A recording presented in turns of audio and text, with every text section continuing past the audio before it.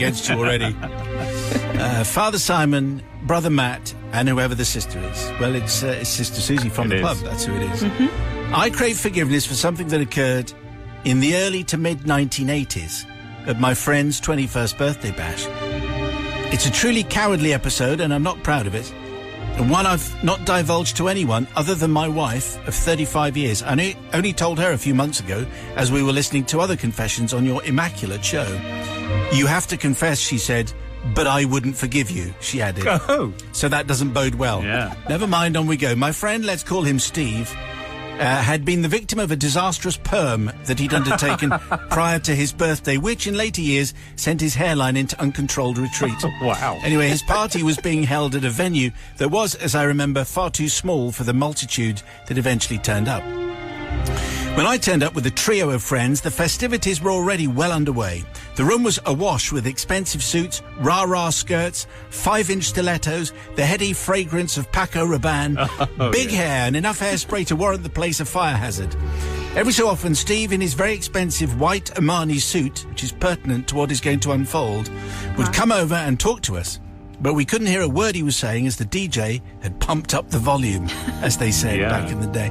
By now, the space around the dance floor resembled nothing short of an assault course of groups of people and chairs and tables. And as more joined the bacchanalia, it became increasingly difficult to negotiate one's way to the bar. Anyway, it was my turn for the next round, 3 bitters and a lager. Classy, huh? Yeah. I decided that rather than try to circumvent the circular dance floor, I'd take a beeline across it to get to the bar. Oh, wow. Eventually, I managed to get served by the Cornish barman.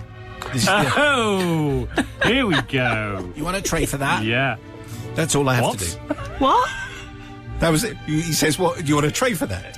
Right. Says the barman. No, I replied, "I'm good." But actually, I wasn't. During those days, we were all well practiced in the fine art of the 4-glass carry of beer, and it was really second nature to all of us. So I picked up the 4 drinks in the time-honoured way and began my treacherous route back to the table. "Coming through!" I shouted, and for the first few steps, the crowd parted like the Red Sea. I then made the decision. Rather than walk safely around the dance floor, I decided to cross it. And it was as I was almost across my shortcut that a particularly expressive female dancer suddenly went over on her 5-inch stilettos and instinctively reached out and grabbed my arm. She quickly regained her balance and continued to dance, totally unflummoxed by her near fall. Unfortunately, the same can't be said for my 4-glass carry equilibrium, which was suddenly and irretrievably compromised as I felt a glass slip from my grasp. Luckily, it fell harmlessly onto the surrounding carpet next to the unoccupied table, but another was headed straight to the hard wooden dance floor. I somehow managed keepy-uppy with it. What? Until it got it over to the carpet. Having broken glass would not have been good on the dance floor. No. As a result, the contents of both glasses were either being safely soaked up by the carpet or, slightly more worryingly, possibly finding its own level on the wooden dance floor. I determined then to tell the bar staff of the incident so that they could mop up the spillage. I still had hold of 2 glasses, but noticed that each of these now held only half the requisite amount of ale. It was a major spillage. Quickly, I put the glasses down on a vacant table and made to fight my way to the bar to report that someone had spilled a lot of beer on the dance floor and it needed to be mopped up as a matter of some urgency. I was nearly there when, to my abject horror, my ears caught the opening bars of the Gap Band's timeless party classic, Oops, Upside Your Head.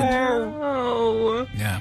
As in a classic horror film trope, I slowly turned my head around to witness the horror that was unfolding behind me. Suddenly, all my good intentions evaporated as the entire dance floor population sat on their backsides and began to pat the floor around them. This was no longer a case of damage limitation, but more a case of how do I get out of this? It was odd. It was really only through a sort of slow osmosis that those who had descended into the ale pool slowly realised what was happening.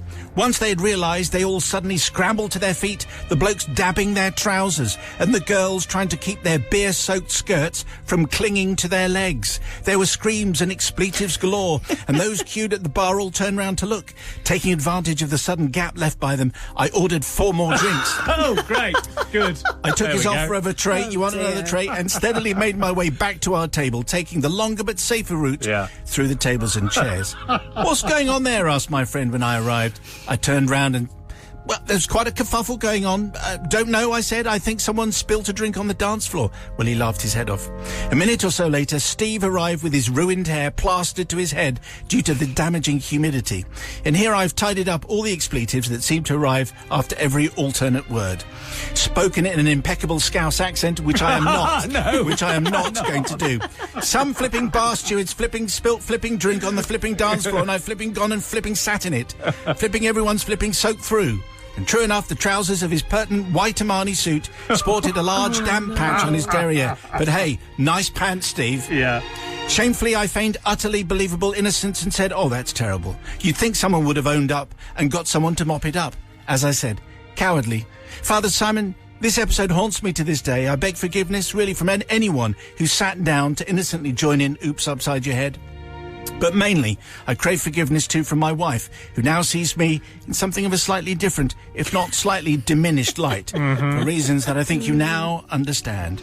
And who could blame her, says Wicker Man. Well, beer spillage is something that Sister Susie's going to feel very strongly about.